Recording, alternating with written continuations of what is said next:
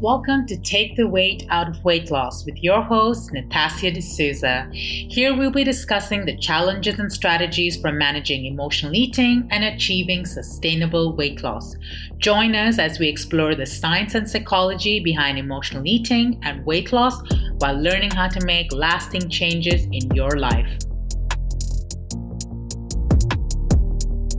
Hi everyone, welcome to Take the Weight Out of Weight Loss with Natasha D'Souza. Today I have with me a very, very special guest and a very, very close friend, Emiliya, but I like to call her Foxy. I mean, that's what she goes as well. What do you prefer? What do we prefer we use today? Yeah, I think Foxy. Foxy? Yeah, so Foxy, and she's going to be here today. We're going to be talking about her journey, her weight loss journey, her struggles with eating, how she's navigating today's world, and just getting to know a lot more about her. So Foxy, thank you so much for coming on today. Thank you for having me. I've been meaning to do this with you for so long. I know. First, before we begin, if you want to just introduce yourself to everyone, and then we'll go through everything else. Yeah, hey, it's Foxy. And I'm a content creator, a mom, and a business owner as well. And I've been struggling with emotional and binge eating for the most of my life. So I'm really, really glad that I'm here and I can share a little bit more about this and share awareness as well. And just also give my tips and tricks on how I dealt with that. Yeah. I mean, I remember when I first started talking about binge eating and you and I were having discussions and you're like, I can relate to that. I face that. I have periods in my life where I would just eat so much. So let's start there, if we can go back in time, because you've had an amazing journey, career, you've done so much. And I always look up to you for how much you do. But through all of that, if you can remember your earliest memory of binge eating and how that played out in your life. Yeah, I think it's going back to childhood, of course, but not very early, but let's say the teenage years where I was a very sensitive kid. So I think the bullies sensed that and they just made up in their mind that I was fat and they started calling me fat. And then I gave them reactions. So they kept on calling me that. So I believed them. That's fully my responsibility and that's my problem that I believe them. So that's a thing that I want to teach my son in the future. Don't believe what they're saying. This is what they're projecting. It's not who you are. So I believed them. And then I started a cycle of dieting and then binge eating and dieting and binge eating and hiding when I'm binge eat from my family, from my friends, from everyone around me.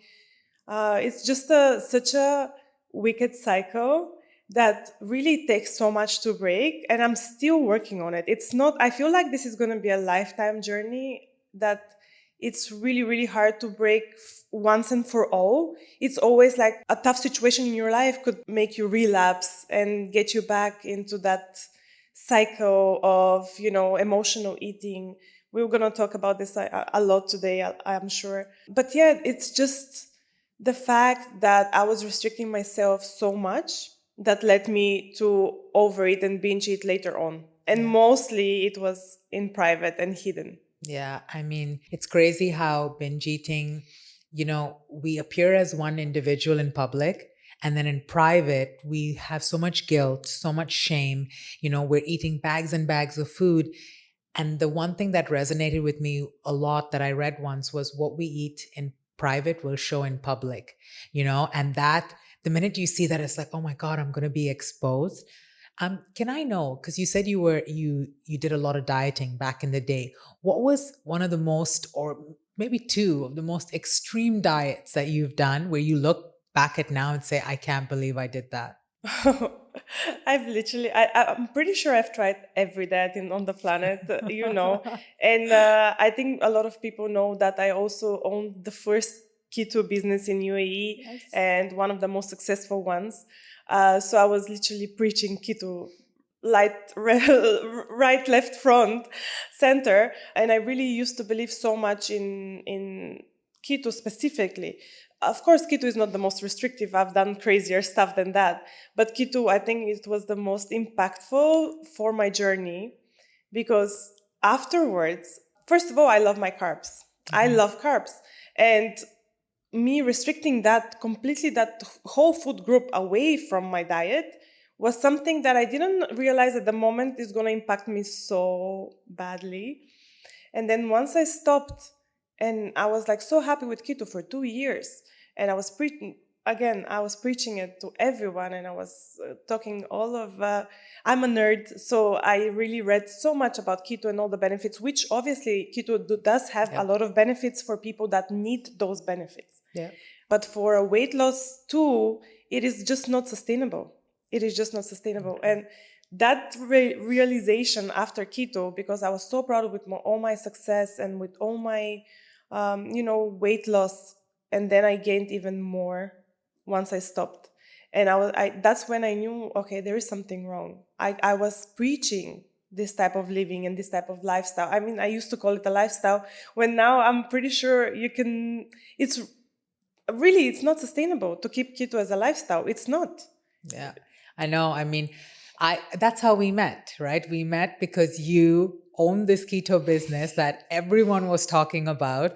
And I found you on Instagram. I was like, oh my God, I need to meet this girl. I need to buy all her keto items. So I met you the first time when you were at Times Square, I Yes. believe, and I bought everything that you had on your table.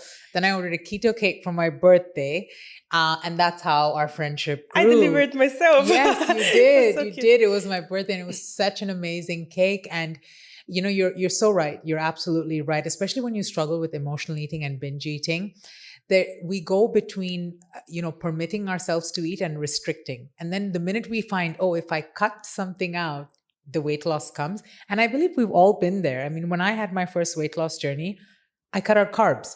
That's how I lost majority of the weight. And then in 6 months, I gained 30 And kilos everyone back. knows that's the easiest path to losing weight, obviously. Exactly. It's the easiest path to losing weight and it's the easiest path to gaining back the weight. Even more. Yeah, exactly. Right.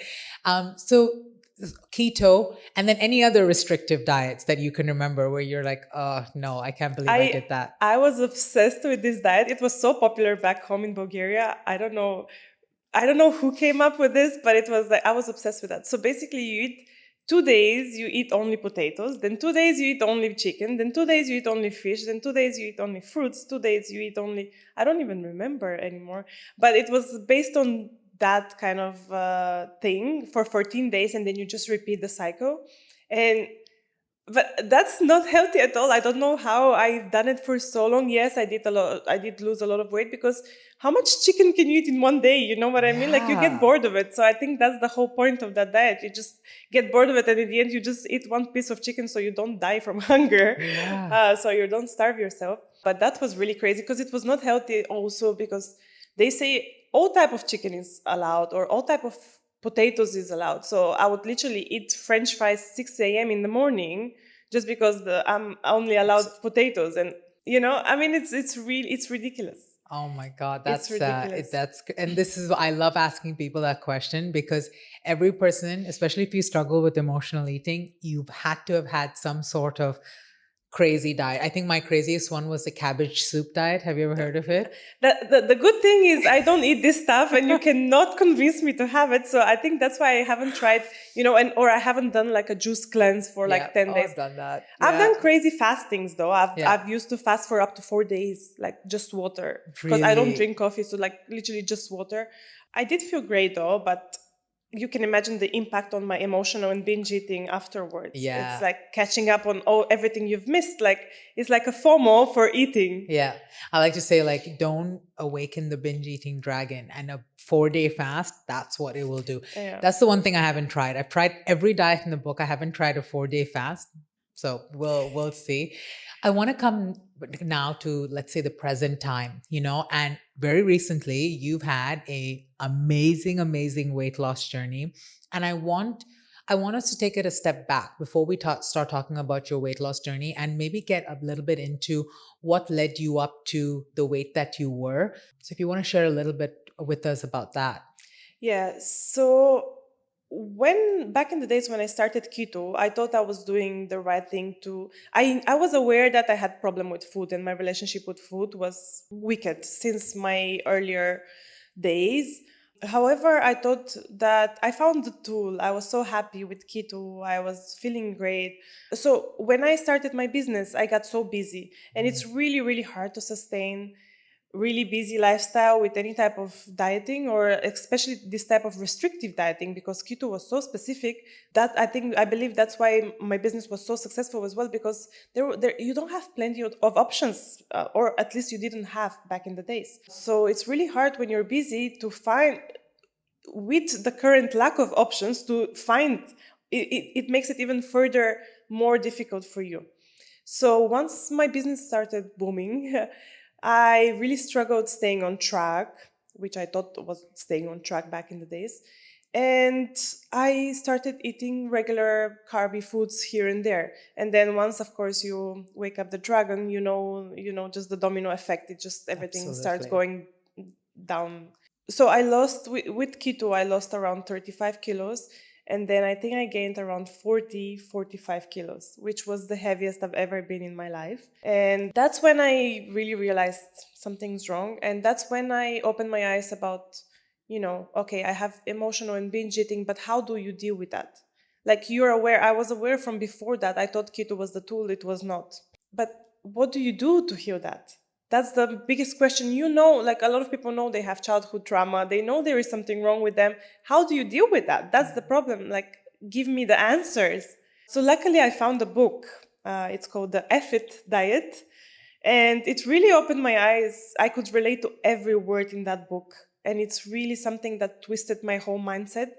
However, what it was said there to take as first step towards healing is to just allow yourself be. Allow yourself eat everything. Allow yourself just live and eat everything without any restrictions. So I did that.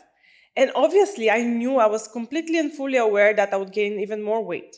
100%. There is no way that you allow yourself to just eat whatever Yeah. you want and whatever you think of and not gain weight. But I knew that was going to be the price for me to reprogram myself, to stop naming foods bad, good, and like restrict some group of foods or some type of foods, or just the whole programming that I had to really erase and start from zero to build myself up. So if this is what it takes, okay, count me in.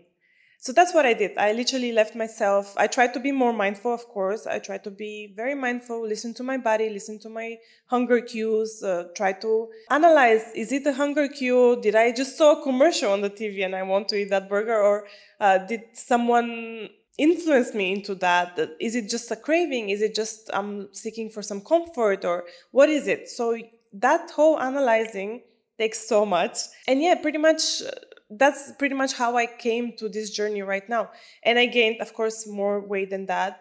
Then I had a journey trying to get pregnant with my soon to be ex-husband. And this was also very stressful and traumatic. This was also very, of course, emotional. So I think this whole lineup of events in my Hmm. life led me to gain even further weight, to the point where I was at my heaviest. Not at my heaviest, I was to the point where after a few years of me allowing to eat everything, I think it was about a year and a half, two, where I allowed myself to just be. Then I got pregnant.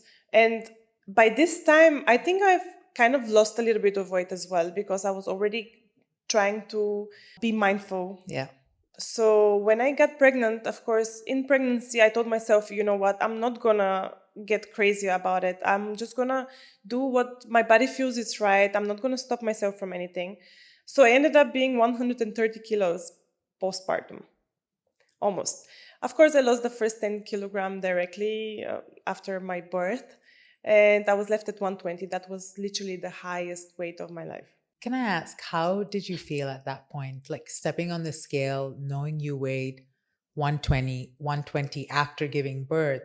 How did you feel? Honestly, I was at ease. I was not too worried, because I think these 2 years where I was trying to heal and allowed myself to just be without having to think and shame myself, and literally just be, trying to ignore every comment from anyone, and just knowing why I'm doing this and knowing that I need to do this in order to start my journey to health and wellness, like it was like a reset in a way. I knew I can get back to being healthy and being well, and especially becoming a mom changed my whole mindset, changed me completely. Now, the moment I became a mom, I started knowing that I need to be better. I need to be healthier. My son needs me to be longer next to him, to, even though I'm sure he will not need me pretty soon. But a mom wants to feel needed for longer, right? So he just makes me want to be my better and best version of myself. Yeah. So postpartum, I didn't have any. I didn't have any struggles postpartum with my body, with the fact that a lot of women grieve their bodies before. I never loved my body to start with, so I didn't have anything to grieve. Yeah. So I think that was easier on me, other than the postpartum emotions and anxiety that I felt. That's where it hit me. But when it comes to my weight, I was not concerned. I was not worried because I knew this is just the beginning. I'm starting my journey. I need to be the better example for my children, for myself, and I just need to make sure that I take care of myself and be healthier for longer. Yeah. I mean, you've done an exceptional job. I remember the first time I seen you, I was like, what? You look amazing. And, I know I met you when you started your journey. I remember we even went for dinner one day and you told me, you said, I'm just healing now. I just go based on what my body tells me and when to stop. And I think people they forget that when you struggle with eating, you suppress so much that you don't know when you're hungry. You don't know when you're full.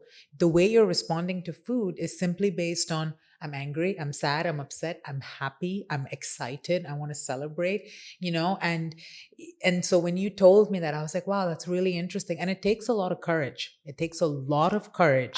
I was freaking out at the beginning. I was like, I'm gonna gain so much weight. I don't know how I'm gonna come. And the fact that that you cannot start another diet. That's what is so scary, because if you start another diet, it's gonna trigger you more, and it's gonna be a cycle where at the beginning when I started dieting, I had to lose 3 kilos. Then I lose these 3 kilos, I gain 5. I lose 5 kilos the next diet, I gain 7. I lose 7 kilos, I gain 10. And it's a cycle that never ends. And Yeah. it just gets worse and worse and worse. And I believe that's how people get very obese these days, because of the dieting mentality that is like pressed and pushed upon us, and we didn't get to have any healthy coping mechanisms with that. No one spoke about this before. Like it's just food, just stop eating. That was the whole solution back in the days. Yeah, absolutely. Even depending on the culture, they'd be like anxiety, stress eating. Really? What is that? Yeah. It's such a new phenomenon to people. And for you to explore that, I mean, I even told you back then, I said, kudos to you, because going in and taking that intuitive approach it takes a lot of work. So fast forward then to your weight loss journey in itself. What now going that approach, now having your son and wanting to be a better person, what was some of the, let's say, techniques, and what did you take upon your journey? And let's not forget as well that you were going through a very, very difficult period as well after having your son. So if you want to just share with the audience what that difficult period was, if you're comfortable doing so, and then what you did to be so successful on your weight loss journey. Honestly, at the beginning, postpartum, I feel like my whole motivation was just being better for my son. Like they say that this motherly instincts just kick in, and they don't kick in just magic like that, but they just become stronger and stronger with every day. So at the beginning, it was about him. However, I faced a lot of postpartum anxiety. Then I faced a lot of relationship problems with my ex-husband, and we separated. So this whole life events that were just lined up as well, again, played such a huge role for me to realize about a lot of things that I've never realized before. Because I think whenever I was put in a situation like this where I could have realized this earlier, I just kept distracting myself, and just like when we are younger, we think that okay, just distracting ourselves from the problems is actually the way, just swiping it under the rug. However, it did not do a favor for me. So I had to learn it at that point, in a very sensitive time of my life, postpartum. But I realized everything I've done in my life comes from my own self-esteem and my own self-worth evaluation and my own self-love. So when I realized that, I think it's very important that we know that everything comes from within, because if you don't realize that, like, you can find any external reason Mhm. for you to change, but that's not going to be sustainable again. You know, Absolutely. I'm going to lose weight for my boyfriend, I'm going to lose weight for my wedding, I'm going to lose weight for the summer, I'm going to lose weight for that photo session I have. You know, these are all external reasons that, yeah, you can do that, you can achieve that, but you cannot keep it. This is not enough reason, not a valid reason for you to keep that weight off, and it might trigger you even further later on. So at the beginning, it was my son. I was breastfeeding, so I wanted to eat healthy, of course. This was very important for me. But then once I realized that everything I've attracted in my life was based on my own self-worth, on my own lack of self-love, I started mindfully wanting to do this for myself, not for anyone else. So I think that was the most important and the most crucial part of my journey, is that I started doing it for myself. Mhm. And then, of course, you are there on social media. Thank you so much for being on social media, and for your social Pleasure. media presence helped me really much as well in my journey, because you are the first one that I found online. I mean, I've already knew you, but the first time I see someone talk about and addressing these issues on social media. And especially for the region, it's still very taboo, and it's still Yep. very a subject where people just ignore, but it's so so crucial for so many people, and they don't even realize how much impact it has on their life. Yeah. So thank you so much, because A you've given me pleasure. also a lot of tools and a lot of information, for me, how to handle these urges of emotional eating and binge eating. Saying that, I'm actually currently in one as well. So that's why I'm saying it's a lifelong journey. I don't think it ever ends. It's ups and downs, Yeah. and we all have situation in our life where it triggers our emotions. And the easiest and the most available thing out there that is gives you some type of comfort is food, Yeah. right? Yeah, it's the Um, most accepted as well. And this is why people downplay it, because they're like, it's food, control yourself. But if you're addicted to food, if you're using food for your emotions, it's the same as alcohol, sex, drugs. It's the exact same, but we normalize it because it's food and you have to eat to and you need survive. it, yeah, It's exactly. not like, oh, stop smoking or stop drinking. It's not. So I'm glad you found my content helpful, but I can completely relate to what you're speaking to as well in so many different ways. And so how do you handle that now when you get those urges or when you get binges? Like, what does eating look for you like in this version of you? So right now, of course, I'm just gonna be really mindful and intuitive when it comes to my eating. Before, because of the whole restriction and all the foods that I've restricted to myself, I would be craving them all of the time. All of the time. On my cheat days, I would literally have 5 or 6 meals from junk food chain in the same day. That's probably over 10,000 calories or something. That's crazy, just because I feel FOMO of what I've missed, and I just want to catch up on everything that I've missed. So right now that I've allowed myself to eat everything and anything, Yeah. if I am to crave burger, for example, first of all, I'm gonna put a deadline for myself. I would just stay there. I'm not gonna answer that craving immediately. I'm just gonna ask myself, is this a real craving? Do I really want it? Do I really need it? Am I influenced by any other external factors? Maybe my friends went to burger place and I'm with them and they're eating burger in front of me. Do I really want it? So I'm going to ask these questions. Then after that, when I'm about to answer that craving, let's say, I'm going to go to the chain and about to order, I'm going to order a smaller option of what I've before. I would order 3 4 burgers when I have a burger craving, just to I couldn't satisfy it with just one. It wouldn't be satisfying enough, because I know this is restricted and I don't know when it's the next time I'm going to have it. So it's like, just like, okay, I'm going to just store on that in Yeah. a way. Right now, I'm going to go and I'm going to have a smaller portion. And then, of course, I'm going to balance it out in the day. For example, if I'm to have an answer, one of those cravings that we know it's not that healthy, then I'm going to have something very light for dinner, or like I'm going to skip breakfast or something that is not going to affect me in a way. For example, I don't have problem skipping breakfast. It doesn't trigger me. Everyone knows what triggers them and what doesn't. Some people need that breakfast. And if you skip that breakfast, then the whole day, actually, when I skip breakfast, I don't get that hungry in the day. So for me, this works actually better. Some people, when they skip breakfast, then they will just keep on binging for the rest of the day. I know skipping meals triggers a lot of people sometimes. And it's good to always be prepared for that and always just eat.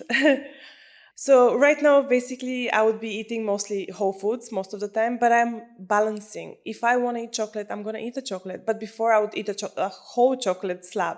Yeah. Right now, I'm going to have, okay, maybe even half. Okay, still a lot, for some people. But it's still, I know that it's still so much better than before. And I still have the control around it. I'm not just going to finish it. Yeah. There was something that you said, which I think is so important in today's day and age, especially for someone like yourself, like a content creator. You said, I ask myself if I really want it and if I'm okay having it later. And it's so rare that I hear people ask themselves that, because in a world where social media, TikTok, Consumers. Instagram, Reels, we want instant gratification.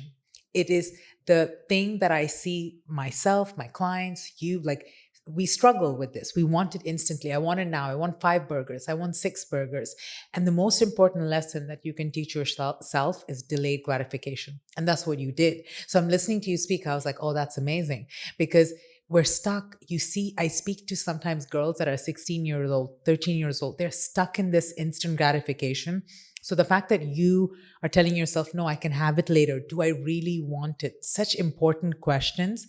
So amazing. But also because I don't forbid myself of having that. Yeah. For me, I know these foods are allowed anytime I want them. Yeah. If I really want them. Yeah. The moment I start forbidding myself of having those foods, that's when I want them all of the time. It's like Adam and Eve, right? Yeah. The forbidden apple. This is how, unfortunately, our brains work. Yeah. If something is not allowed and it's restricted and it's forbidden, we want it more. Yeah. Subconsciously. It's not like we want to do that, but that's who we are as humans. Yeah, absolutely. I mean, it's the way our mind works. And I say sometimes it works like a stubborn child. It's like, I want. And the minute you say, okay, fine, you can have one every day. No, I don't want. Exactly. Since I started being so mindful and letting myself eat what I want, of course, but just being smart about it, being mindful about it, balancing. Balance is key for everything in life. Any extreme is not healthy. None of the extremes is healthy. So the moment you allow yourself have everything, you know that you can have it at any time. So you're not in a hurry. Yeah. When you have a cheat meal, what do you do? You have one meal. You've been missing pizzas, you've been missing pasta, you've been missing burgers and fries. What are you gonna have? You're gonna have everything. That's what I used to do. I'm gonna have everything in one meal. Yeah. Everything. Literally. And more. Yeah. And a cake and donuts. And I'm gonna have the whole box of donuts, not just one or two or whatever. Yeah. So that's the key. Just allow yourself be. Do not restrict yourself. Yeah. That's what yes, be mindful, be smart. We know that to lose weight, to be healthy, you have to be in a calorie deficit. That's the key in any diet anyways, But just be smart about it. I mean, you don't need to eat the whole plate. You need to listen to your body. I know you also have a problem like that. I'm also a quantity eater. This is a volume eater. Like, this is a problem for me, But I found foods that are very low in calories. For example, for dinner, if I had a heavier lunch, for dinner, I'm going to have a half of a watermelon, like the whole thing. Yes, it's a lot of watermelon, but how much calories is that? 300, 400 maximum? Yeah. It's nothing compared to actual meal. So, make smart choices, make smart substitutions that work for you. Analyze what works for you. Try. It's all trial and error at the end of the day, right? Yeah. I have a question for you. Given that you run one of the most successful keto businesses, and keto in itself, let's say from the outside, in itself is restriction, right? Restriction of carbs. Did you see past clients or consumers overdoing it in the name of keto? Overdoing it as in? Over-consuming. And saying, oh, well, at least it's keto. It will keep me fit. Oh, 100%.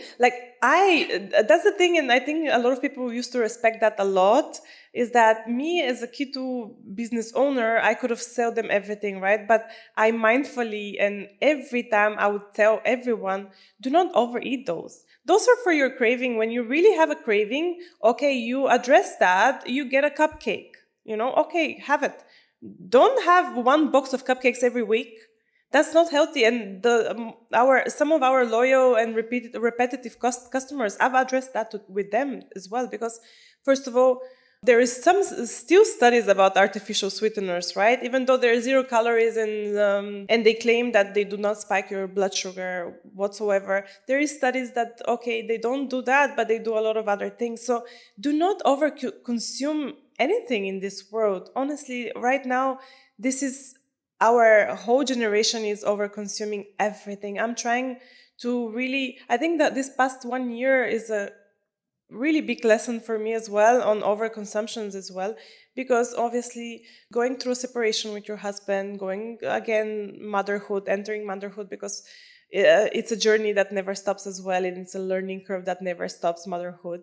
Through all of these things, I had to be more responsible financially too, and I've realized how much really I've been over consuming everything in the world. And the same thing can happen. Okay, these are low calorie biscuits, these are low calorie chocolates, these are low calorie chips, or keto biscuits, or keto cheesecakes.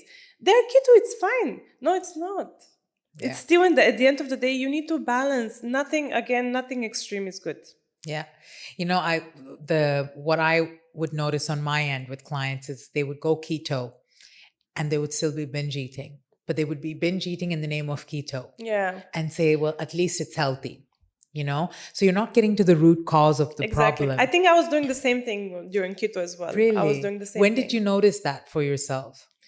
Well, as I said, when I stopped, the events happened like that, and I stopped keto, and everything started going downfall, and I gained even more weight. I realized, okay, keto was a tool that, if you don't have a lying condition or a lying problem already Yeah. in your head with food and relationship with food, that's why there is a lot of people that have successful stories of just going on one diet and keeping the weight off, because they've never had an actual mental problem with food, right? And eating disorder or any of those things. And I admire those people. I'm like, how did you do that? Because I can never relate and I can never understand it, because I'm not one of those people. So once everything started going downhill and I even gained even more weight and I felt like so much worse, like health wise, I was like, this has to change. Yeah. Now let's talk about your baby boy, right? He is adorable. I see him on social media and I was like, oh my God, I could just pinch his cheeks. How old is he now? He's too. He's two. God, Yeah, that has passed by so I quickly. know. So he's growing up. I'm assuming, weaning off baby food and now trying adult food and things of that Well, sort. he's been doing that since 7 months old. Has he been Yeah. really? That's amazing. So, what's his transition been like? Being a mom, having struggled with food, having struggled with binge eating, and where, you have seen yourself go wrong. The intention always with our children is we don't want to repeat the same mistakes. Yeah. So, what comes into play on a day to day with you and him? See, that's the thing that I really struggle with, because right now I realize every small detail around food can impact him so much, the same way it did to me, the same way it did to so many other people, right? And for example, the grandmother or the nanny or anyone that tries to like feed him or like pressure, put any type of pressure for him to on eating, I get the ick, I get really, because I know I just want to be stress free around food when it comes to my son. I really don't give him any pressure to eat. I just let him. I know that when there is a food available, he's not gonna starve. If he wants to eat, he's gonna eat. If he doesn't want to eat, it's fine.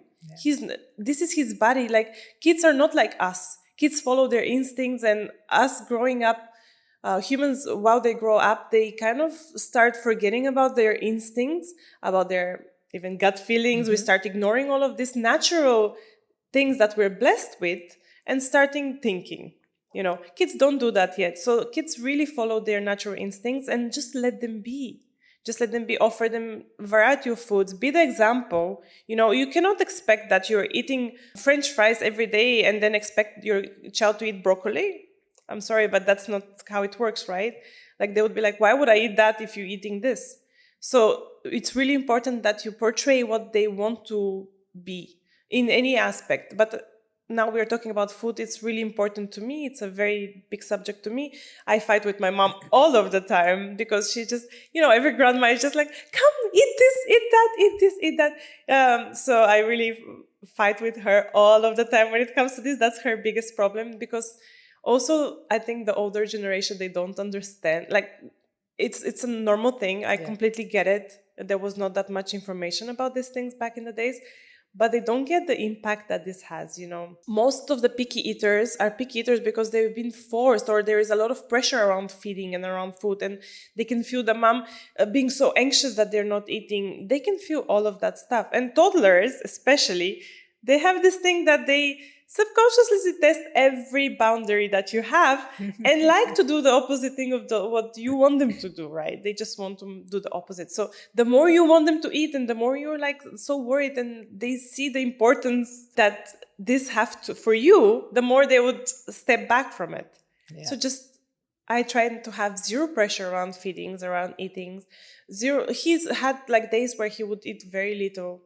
He would have days where I cannot even keep up with his eating. And I'm fine. I know whenever he needs that, he would have it. Yeah. Given that your mom's there now and she's your mom and you're seeing her doing this to your son. She's also standing in my way, but yeah. But how on my weight loss. How was she with, I know she's an amazing cook. I've tried her amazing baker as well. I've tried, I think it was pizzas once when I came to your house that she made, and she's like, I made fresh pizzas. Like, it was nothing. It was so good. But now, if you're looking at the way she is speaking to your son, what were some of the things that she did when you were growing up? And we never place blame, Yeah. Like you said, parents do things unintentionally. It's not like when we're born, they get a guide manual. Here's how you raise your child. They do their best. Yeah. But what are some of the things that you noticed that she did while you were younger that maybe pushed your need for food over the edge? Not even that much her, but I think everyone around me. It's not only her. Like, it was my grandmother, it was the teachers in my nursery, and the teachers in the school. They would always ask you to finish your plate. Like, I would never ask Alex to finish his plate. Like, you don't want to eat? Okay, it's fine. They would always ask me several times. Like, I told my mom, I tried to explain to her so many times, I would like to eat more, but I'm trying mindfully to stop myself because I had enough. But my mind wants more because that's my habits. My habits are like to feel so full that I cannot breathe. I have to go directly and nap on the sofa. That's when I feel satisfied from food. Yeah. And only that is when I feel satisfied. So, like, currently, my choices don't bring that satisfaction to me, but I know why I'm doing it, and I know that this is what I need to do in order to be healthy. And now that I found self-love, it's really important for me to keep doing that, because when you care about when you care for yourself, you take more care of yourself. You take care of the things that you love, right? So I constantly tell her, please don't ask me if I want more. I do. I really do want more because it's so yummy. I would just eat it because I love the taste. Just, it brings me like nostalgia, memories, like, I love food. I really love food. I do love food, but I know when to stop now. So every time she asks me, she triggers me. It triggers me because I have to say no, and it's hard to say no.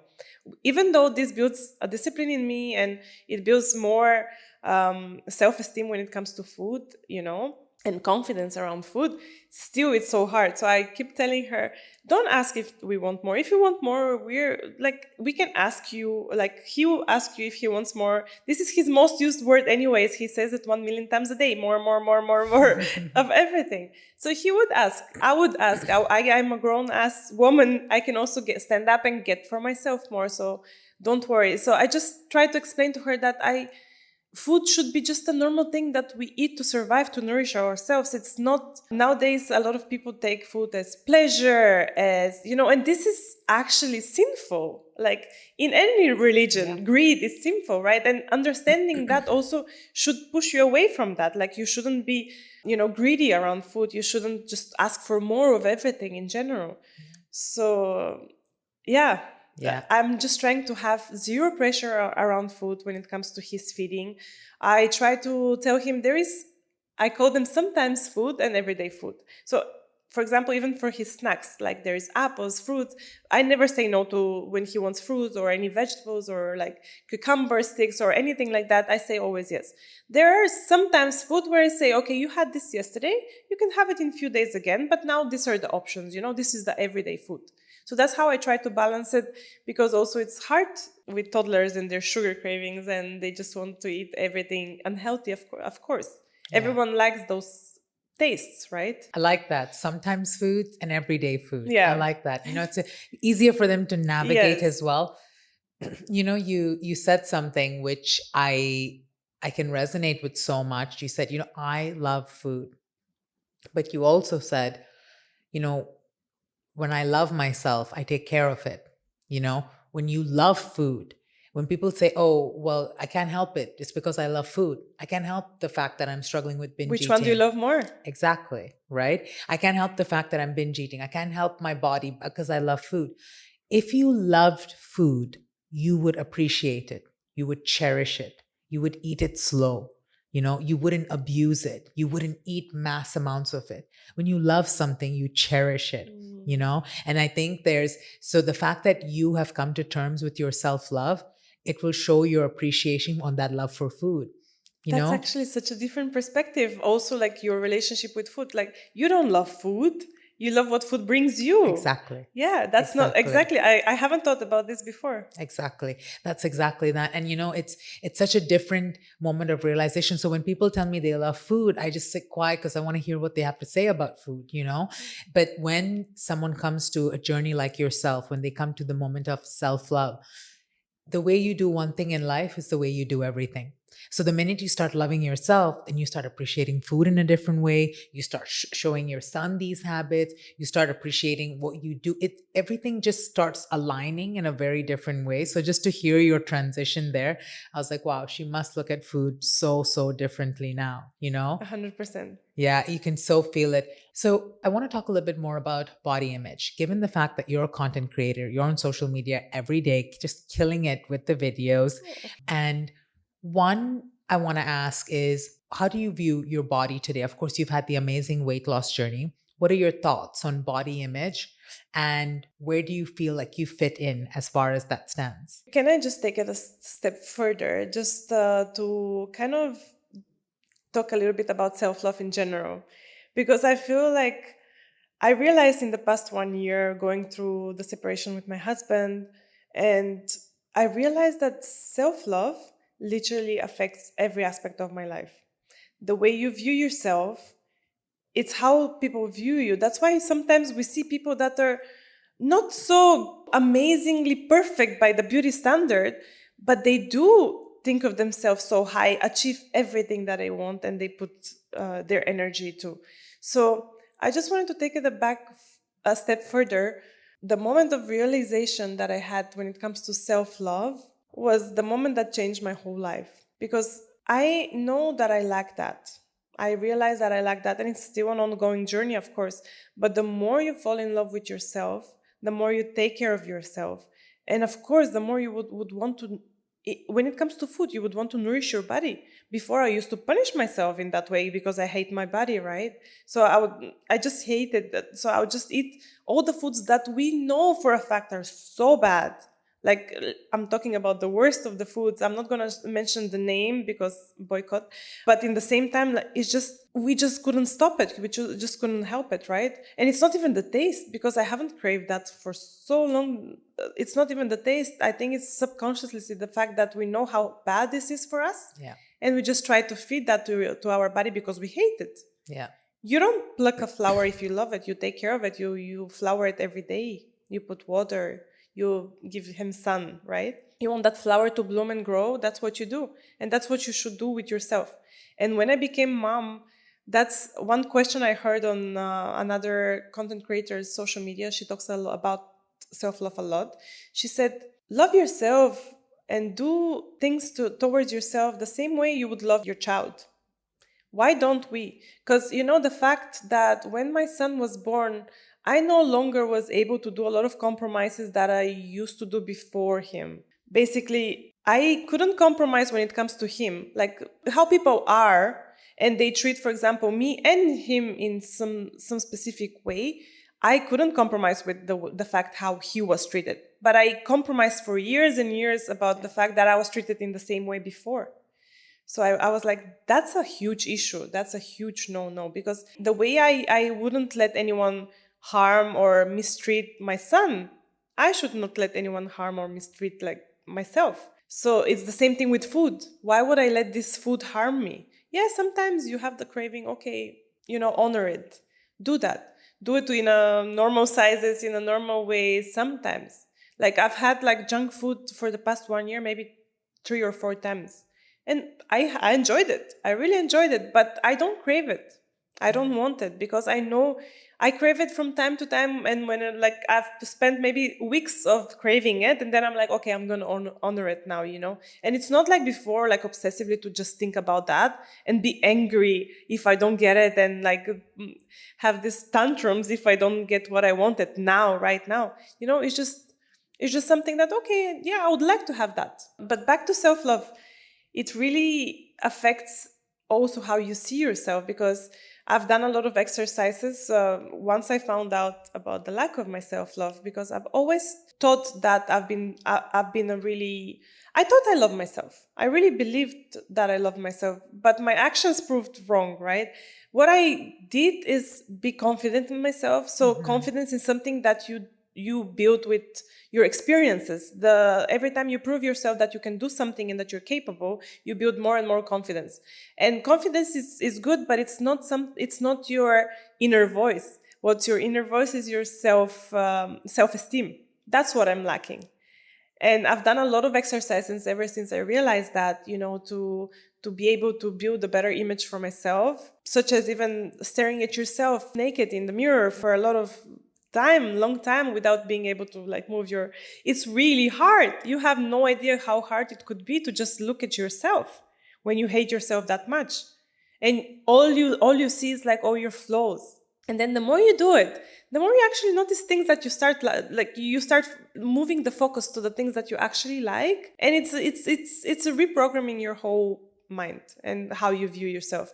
Of course, with social media, our generation, especially us millennials, we we grew up with MTV, with Victoria's Secrets, Guilty. with publicly shaming like celebrities for gaining 2 kilos, or like literally ridiculous stuff. I'm so grateful for the new generation and how people are so aware about these things, and it's so inappropriate talking about these things nowadays. And even though it makes having a conversation so much harder nowadays, just to be correct with everything, I appreciate it so much. And I'm so happy that my son will grow up into this type of, society, unlike ours. But our generation was so affected by this, and our body image is completely wrong. For us, something like cellulite or stretch marks was something that is, oh my God, it's not normal. Wrinkles or skin texture or pores, all of this was so demonized over the past 30 years, right? And thank God now people are starting to talk and show the real thing, because right now we have professional lighting, we have everything. Like probably our skin looks yours is flawless anyways. But yeah, you know what I mean? Like it's all tools that you can use to make that image perfect. But in reality, no one is perfect. Yeah. Nothing is perfect. And it's actually more beautiful that way. Yeah. I would rather stand out than blend in and fit in. All my life, I've been trying to fit in, all of my life, and we are not meant to do that.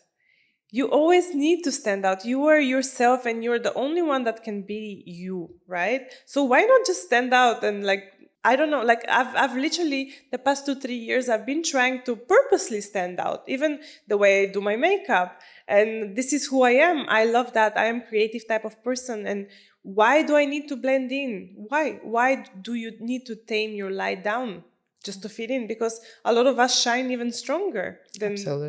Absolutely. I couldn't agree with you more. Before we finish, and because you're such a big advocate of self-love, what would be your leaving message to someone struggling with their weight, struggling with binge eating, struggling with emotional eating, and are really have really lost hope? And what advice would you give them as far as self-love is concerned? You always need to start from within. That's something in any problem you face in your life, in any challenge that you face in your life, you have to start from within.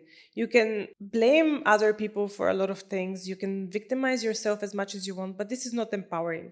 And actually, someone very close to mine said that thing because I was stuck in a victimizing myself or feeling pity for myself cycle. And since why I am actually still struggling with emotional eating sometimes, right? Obviously, losing your partner and the father of your child, and actually grieving the life that you wanted to have and you thought you would have, it's so hard.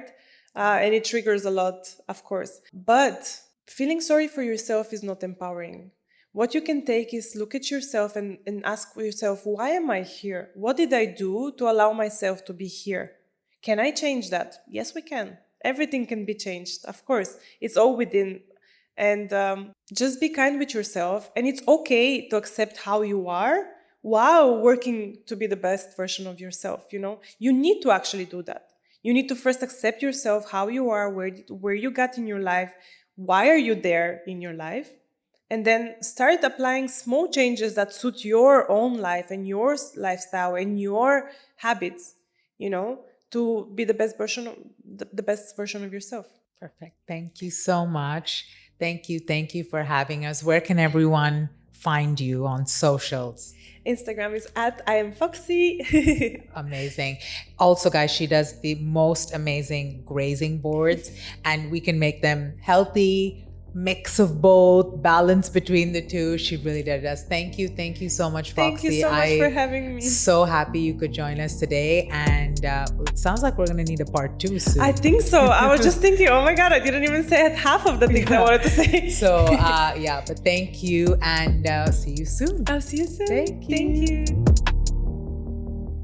Thank you for joining us on Take the Weight Out of Weight Loss podcast. We hope you find the information and strategies discussed helpful on your journey with emotional eating and weight loss. Feel free to let us know what topics you'd like to see covered in future episodes, and see you next week for a brand new episode.